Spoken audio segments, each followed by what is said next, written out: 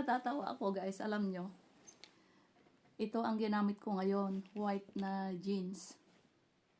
Kaya lang, ang white na jeans na ito ay may kapares din na ano, jeans din na puti. Ayan o. Jeans na puti din ang kapares niya. Kaya lang, sinuot ko kaninang umaga. Ganun na. Sobra talaga ang aking taba. Ayan. So, binalik ko. So, ang ginamit ko, buti na lang, meron ako dito. Ito, stretchable ito. Ayan. Kaya, okay lang. Kahit na magiging ganun ako, okay lang. Pero ang pag-uusapan natin, ito ang ginamit ko ngayon, at saka ito, at saka ito. Ngayon, pag uwi ko dito sa bahay, ilalagay ko na sana dito sa ayan. Ilalagay ko na sana dito sa hanger. Kaya lang, napansin ko, buti na lang, hindi lumabas ito doon.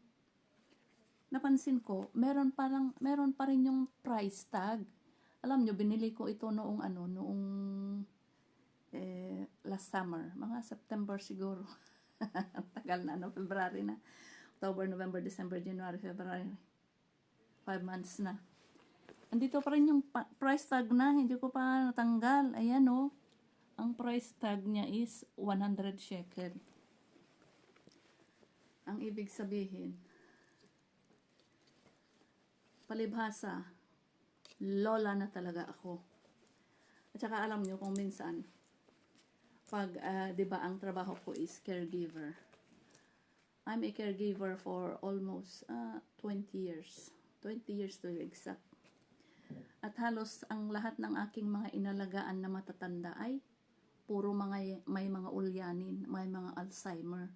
Noon, naiisip ko at natatanong ko din yung aking sarili. Sabi ko, sana pagtanda ko, hindi rin ako makagaya ng mga yung inaalagaan ko ba ng may mga Alzheimer. Kasi ang hirap. Yung mga may Alzheimer, para silang mga ngayon at we are in the modern days.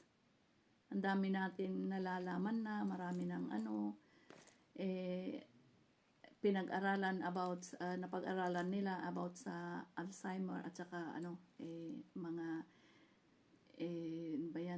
baliw. Para sa atin, pag nakakakita tayo ng mga ganun, akala natin baliw sila. Pero actually, mga may Alzheimer sila. Ayan.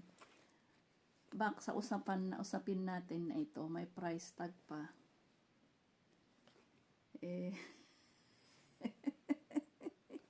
Isinuot ko na lahat-lahat.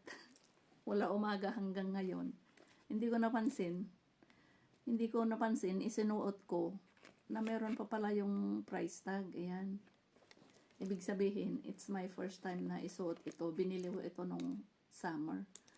So, ito na nga. Lola na ako. Nakikita ko na yung kinakatakutan ko na mga sinyales ng mga may Alzheimer. Pero sana, wag naman sana, may mga Alzheimer na mga inalagaan kong matatanda noong mga previous years. Kaya, ito. Kaya kung kayo ay mga bata-bata pa at may mga lola at mga nanay kayo, mama kayo na may mga kagaya ko, sinyalis na ng makakalimutin na. O kaya, hindi napapansin kung ano nang nangyayari sa paligid. Pero sana naman, pag uwi ko sa Pilipinas ay okay pa rin yung aking hindi pa sana ako magkakaroon ng Alzheimer natawa na lang ako kanina. Ano ba yan? Sinuot ko kaninang umaga. Gamit ko ito hanggang ngayon. Hindi ko pala alam na may price tag pa. Ayan Hirap talaga magiging magiging matanda. Magiging lola na. Aminin. Ano ba yan? Thank you guys for watching. Please follow, like, and comment. Bye-bye. This is Rosana Life Journey signing out from Tel Aviv, Israel. Bye.